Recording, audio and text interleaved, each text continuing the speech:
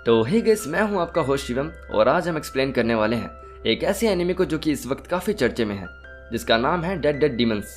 तो चलिए बिना किसी टाइम वेस्ट के वीडियो को शुरू करते हैं। एपिसोड की शुरुआत में हम एक बिल्डिंग को देखते हैं जो कि एक पब्लिशिंग कंपनी होती है। फिर हमें एक आदमी दिखाया जाता है जो कि हमारे मेन कैरेक्टर नोबो का बॉस या मैनेजर होता है और वो नोबो से पूछता है, क्या तुम्हें हानाजावा का मैन्यूस्क्रिप्ट मिला? नोबो बॉस का रिप्लाई करते हुए कहता है कि नहीं, वो आज रात तक अपना काम खत्म कर देगा। फिर बॉस कहता है, अरे यार, हमेशा कुछ ना कुछ। और हाँ नोबो, जब तुम्हें फाइनली वो स्क्रिप्ट मिल जाए तो तुम उसे कह देना कि ये उसका आखिरी काम था। फिर सीन शिफ्ट होता है और हम देखते हैं कि रात हो चुकी है और नोबो उसी हानाजावा के अपार्टमेंट में होता है जिसके बारे में नोबो और उसके बॉस सुबह बात कर रहे थे। नोबो उसके मांगा की तारीफ करते हुए कहता है कि तुमने काफ़ी बढ़िया काम किया है, पर मुझे इसे अपने साथ घर ले जाना पड़ेगा ताकि मैं इसे प्रिंटिंग के लिए दे सकूं। उसका रिप्लाई करते हुए हानाजावा कहता है, तुम्हारा शुक्रिया, मुझे इसे पूरा करने में कुछ ज़्यादा ही समय लग गया। फिर नोबुओ कहता है कि कोई बात नहीं, पर मुझे तुम्हें कुछ बताना है।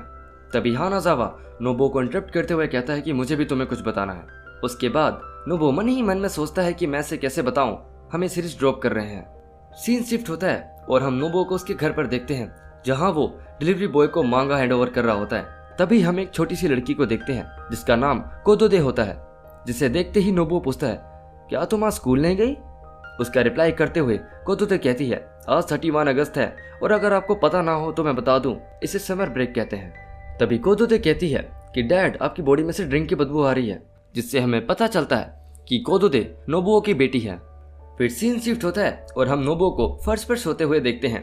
तभी न्यूज की आवाज से उसकी नींद टूट जाती है और हम न्यूज में देखते हैं कि टोक्यो के नॉर्थ में एक जायंट स्पेसशिप तेजी से नीचे की ओर आ रहा होता है जिसकी स्पीड 30 किलोमीटर प्रति घंटा की होती है।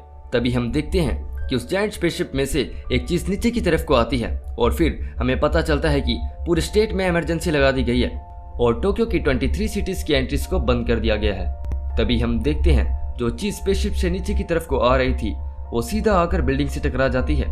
बिल्डिंग से टकराने के बाद वो सीधा जमीन पर गिर जाती है जिससे चारों तरफ तबाही का मंजर बिखर जाता है। सीन शिफ्ट होता है और हम नोबुओ को उसके सपने में देखते हैं जिसमें वो अपनी बेटी को कहता है कि मुझे माफ करना, मैं तुम्हें बचा नहीं पाया। तभी उसे बैकग्राउंड से एक लड़की की आवाज आती है जो कहती है, हे उठो, हे तुम्हें उठना ही होगा। ये सुनते ही वो उठकर बैठ जाता है। तभी हम एक लड़की को देखते हैं जिसका नाम हाको होता है और वो कहती है कि मुझे सुमिया कहीं भी नहीं मिल रही। फिर हम एक दूसरी लड़की को देखते हैं जिसका नाम किमी होता है। फिर हाको किमी से पूछती है, क्या तुमने मेरी बहन को देखा? किमी जवाब देते हुए कहती है कि नहीं, मुझे अभी तक वो नहीं मिली, शायद वो सिग्नल के बाहर होगी। तभी नोबुआ कहता है, हे एक्सक्यूज मी, क्या मैं तुम दोनों को जानता हूँ और मैं कहाँ हूँ? फिर किमी उसके पास आती है और कहती है, मुझे माफ करना, लेकिन मुझे कुछ चेक करना है। और वो नोबुआ के कान को पकड़कर खींचती है, जिसे देखते हुए हाको कहती है, इसके अंदर तो एक इंसान है पर वो अब तक मर चुका होगा। तो किमी कहती है, नोबुआ मैं जानती हूँ तुम काफी ज्यादा कंफ्यूज हो, लेकिन अभी तुम शांत रहने की कोशिश करो। और वो कहती है कि शायद तुम्हें यह सुनकर शौक लग सकता है कि तुम पिछले 8 साल से सोए हुए थे और इस समय तुम्हारा शरीर इन्वेडर के द्वारा टेक ओवर कर लिया गया है। फिर नोबुओ किमी से पूछता है, क्या तुमने 8 साल कहा और ये इन्वेडर क्या है? फिर किमी कहती है, ये वो दुनिया नहीं है जिसे तुम जानते हो, ये उससे बिल्कुल अलग है। फिर वो बताती है, इस सिविलाइजेशन का नाम अगस्त 3rd सेकंड है और इसे कभी ना खत्म होने वाले समर ब्रेक के नाम से भी जाना जाता है। फिर सीन शिफ्ट होता है और हम इन तीनों को बाहर खड़े हुए देखते हैं। तभी नोबुओ पूछता है कि ये फॉग कैसी है? किमी इसका रिप्लाई देते हुए कहती है कि ये फॉग मदरशिप से आ रही है। उसके बाद किमी कहती है कि 31 अगस्त को जो तबाही मदरशिप की वजह से हुई थी, उसके बाद मदरशिप खुद एक्सप्लोड हो गई और ये लाल चमकती हुई चीजें दिखने लगी और उसके 4 साल बाद से सब कुछ बदल गया और ये हमें धकेल लाया अगस्त 30 सेकंड में। फिर नोबुओ उससे पूछता है कि ये लाल चीज क्या है, जिसका रिप्लाई करते हुए हाको कहती है, तुम खुद क्यों नहीं देख लेते? और वो उसे बताती है, अगर तुमने उसे छुआ तो तुम तुरंत ही मर जाओगे। फिर किमी उसे अपने फोन में एक वीडियो दिखाती है जिसमें एक आदमी बताता है कि जब से ये लाल गोले आना शुरू हुए हैं तब से ह्यूमन पॉपुलेशन तेजी से खत्म होती जा रही है और ये लाल गोले जिस भी चीज के कांटेक्ट में आते हैं वो उसे खत्म कर देती है। और जापानीज गवर्नमेंट ने पता लगाया कि इसी चीज ने मदरशिप के साथ साथ टोक्यो के आधे हिस्से को भी खत्म कर दिया था। और तभी हम देखते हैं कि नोबुओ कोदोदे का नाम लेता है। तो हाको उससे पूछती है कि ये कोदोदे कौन है? तब वो कहता है कि वो मेरी बेटी है। तो हाको हैरानी से पूछती है, क्या तुम्हारी एक बेटी भी है? तो नोबुओ कहता है कि मैं अपने काम में इतना बिजी था कि कभी उसके साथ समय नहीं बिता पाया। मुझे पक्का यकीन है कि वो मुझसे नफरत करती होगी, पर मुझे ये नहीं पता कि वो जिंदा भी है या नहीं। फिर सीन शिफ्ट होता है और हम देखते हैं कि किमी चलाती हुई हाको का नाम लेती है और वहाँ हाकू की बहन सुमिए की बॉडी पड़ी होती है। फिर किमी कहती है कि मुझे पता था कि ऐसा ही कुछ होगा, क्योंकि वो सबको परेशान करती थी ताकि वो एक्सट्रीमिस्ट ग्रुप ज्वाइन कर सके, जिसे वो न्यू जापान हार्मनी कहती थी। और जहाँ तक मैं जानती हूँ वो बाहर जाने की बेवकूफ़ी बिल्कुल भी नहीं करती, वो भी ये जानते हुए कि बाहर लाल गोलों की बारिश हो रही है। तो नोबुओ पूछता है कि ये न्यू जापान हार्मनी क्या है, तो किमी बताती है उन्होंने एक ग्रुप बनाया था जिसे वो यूथ यूनाइटेड फ्रंट कहते थे, जिसमें सारे लोग यंग थे। सच कहूँ तो उस ग्रुप के सारे लोग बेवकूफ़ और पागल थे जो इन्वेडर्स को मारते थे। लेकिन अगस्त 32 के बाद उन्होंने डिसाइड किया कि वो अब इन्वेडर्स को प्रोटेक्ट करेंगे, और वो तुम्हारे जैसे पैरासाइटिक हाफ इन्वेडर्स को भी प्रोटेक्ट करने लगे।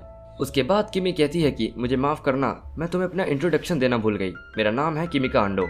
और वो बताती है कि ये है मेरी बचपन की दोस्त हाकू और इसने अभी अभी अपनी बहन को खोया है। फिर किमी कहती है कि तुम काफी समय से हमें बचा रहे थे।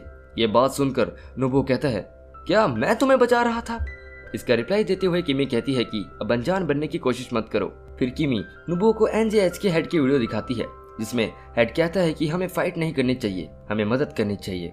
उसके बाद हाकू उसे फुजी नंबर 9 रोबोट्स के बारे में बताती है जो कि रोगू एएस के सपोर्ट में होते हैं। जो लोग उनके कंट्रोल में नहीं होते वो उन्हें मार देते हैं। फिर अचानक से किमी का अलार्म बजता है और वो लोग डिनर के लिए चले जाते हैं। और रास्ते में किमी नोबुओ के फोन के बारे में पूछती है। नोबुओ अपना फोन निकालता है और हम देखते हैं कि उसके फोन में एक मैसेज लिखा होता है, हे डियर नोबुओ, मैं वही हूँ जो तुम्हारे अंदर है।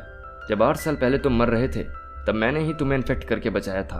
उसके बाद मैं ओसाका चला गया। मैं इंसानों की तरह एक्ट करता था और उन्हीं के बीच में रहता था। फिर मुझे महसूस हुआ कि मैं बहुत ही ज़्यादा मतलबी बन चुका था, जबकि मैं एक खुशहाल और अच्छी ज़िंदगी जी सकता था। फिर मैंने डिसाइड किया कि मैं हाकू, किमी और सुमिया की रक्षा करूंगा। और फिर एक दिन सुमिया अचानक से गायब हो गई और मुझे पता लगा कि मैं उन्हें प्रोटेक्ट नहीं कर पाया। साथ ही मैं तुमसे भी माफ़ी मांगता हूँ। और एक बात, मुझे तुम्हारी फैमिली की तरफ से कोई भी खबर नहीं आई, लेकिन मुझे पक्का यकीन है कि वो आज भी जिंदा होंगे। फिर हम देखते हैं कि नोबुओ अपनी बेटी की फ़ोटो देख रहा होता है और वो वहाँ से चुपचाप निकलने की कोशिश करता है। तभी किमी आ जाती है और कहती है कि तुमने क्या सोचा है, क्या तुम टोक्यो से ओसाका चल कर जाओगे? फिर नोबुओ रिप्लाई करते हुए कहता है कि हाँ, मेरा यही प्लान है। और क्या तुम हमेशा यहीं रहना चाहती हो? फिर वो कहती है अगर तुम यहाँ पर रहोगे तो तुम्हें खाने पीने की कोई दिक्कत नहीं होगी और तुम यहाँ पर सेफ हो, क्योंकि यहाँ पर कोई भी फुजी नंबर 9 नहीं आ सकता। तभी हम देखते हैं कि वहाँ पर हाको आ जाती है और वो कहती है अगर हम न्यू जापान हार्मनी ज्वाइन कर लें तो शायद फिर हम सही महीनों में सुरक्षित रहेंगे, और शायद मेरी बहन भी यह चाहती थी। और उसका रिप्लाई देते हुए किमी कहती है कि ठीक है नोबुओ, हम तुम्हारे साथ इस हेल से बाहर निकलेंगे। और फिर वो सब एक साथ वहाँ से बाहर निकलते हैं। रास्ते में किमी कहती है कि तुम दोनों को हर वक्त चुकन्ना रहना होगा। नोबुओ पूछता है क्या यहाँ पर कोई फुजी नंबर 9 भी होगा? हाको कहती है आई विश कि वो हमें ना मिले, क्योंकि हम रेस्ट्रिक्टेड एरिया में जा रहे हैं और शायद वो हम पर हमला कर सकता है। तभी किमी कहती है कि आज की रात हम जितना आगे बढ़ सकते हैं हमें जाना होगा। फिर उन सभी को चलते चलते रात से सुबह हो जाती है और किमी कहती है कि मैं और नहीं चल पाऊंगी, मैं पूरी तरह से थक चुकी हूँ। फिर नोबुओ किमी को अपनी पीठ पर बिठा लेता है। तभी किमी कहती है कि हमें अभी तक कोई भी फौजी नंबर 9 नहीं दिखा। फिर नोबुओ कहता है घबराने की कोई बात नहीं है, चलो बढ़िया ही है, मैं तुम्हें न्यू जापान हार्मनी के पॉइंट तक छोड़। तभी हम किमी को मैसेज करते हुए देखते हैं। मैसेज में लिखा होता है हे हम तुम्हारे तय किए गए लोकेशन पर तुम्हारा इंतजार कर रहे हैं। तभी किमी उसे मैसेज का रिप्लाई करते हुए कहती है कि सब कुछ प्लान के मुताबिक हो रहा है और शायद हम आज रात तक वहां पहुंच जाएंगे।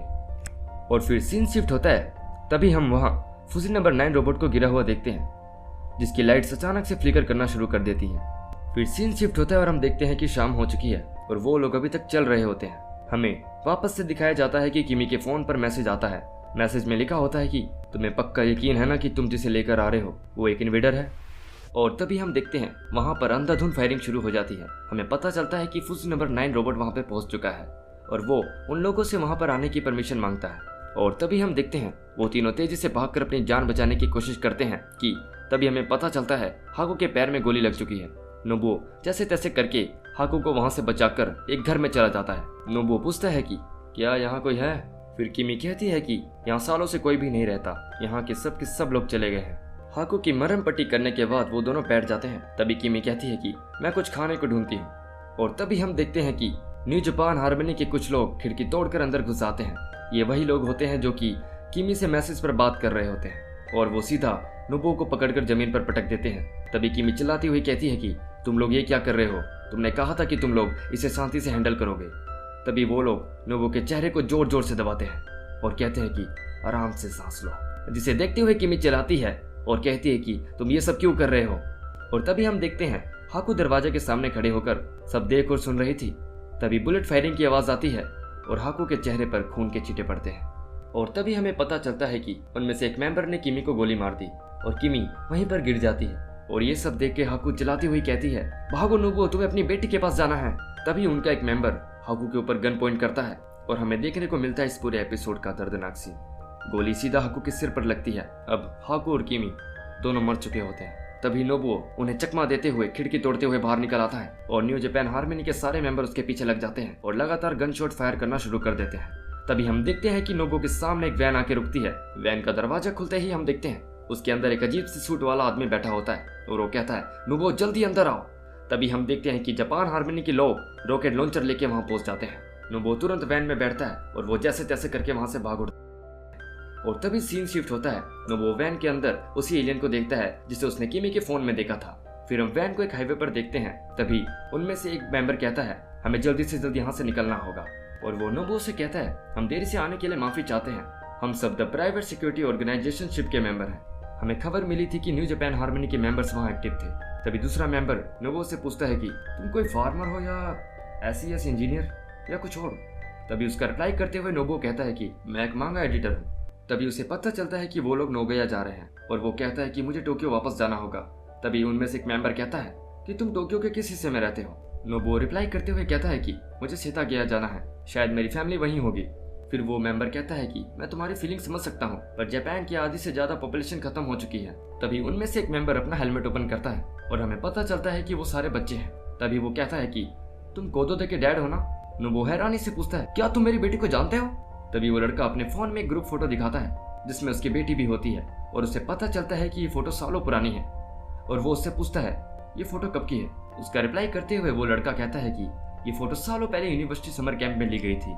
और ये एपिसोड यहीं पर खत्म हो जाता है। बाकी एपिसोड्स के लिंक आपको डिस्क्रिप्शन में मिल जाएंगे। तब तक के लिए लाइक करें, शेयर करें और साथ ही साथ चैनल को सब्सक्राइब करना मत भूलना।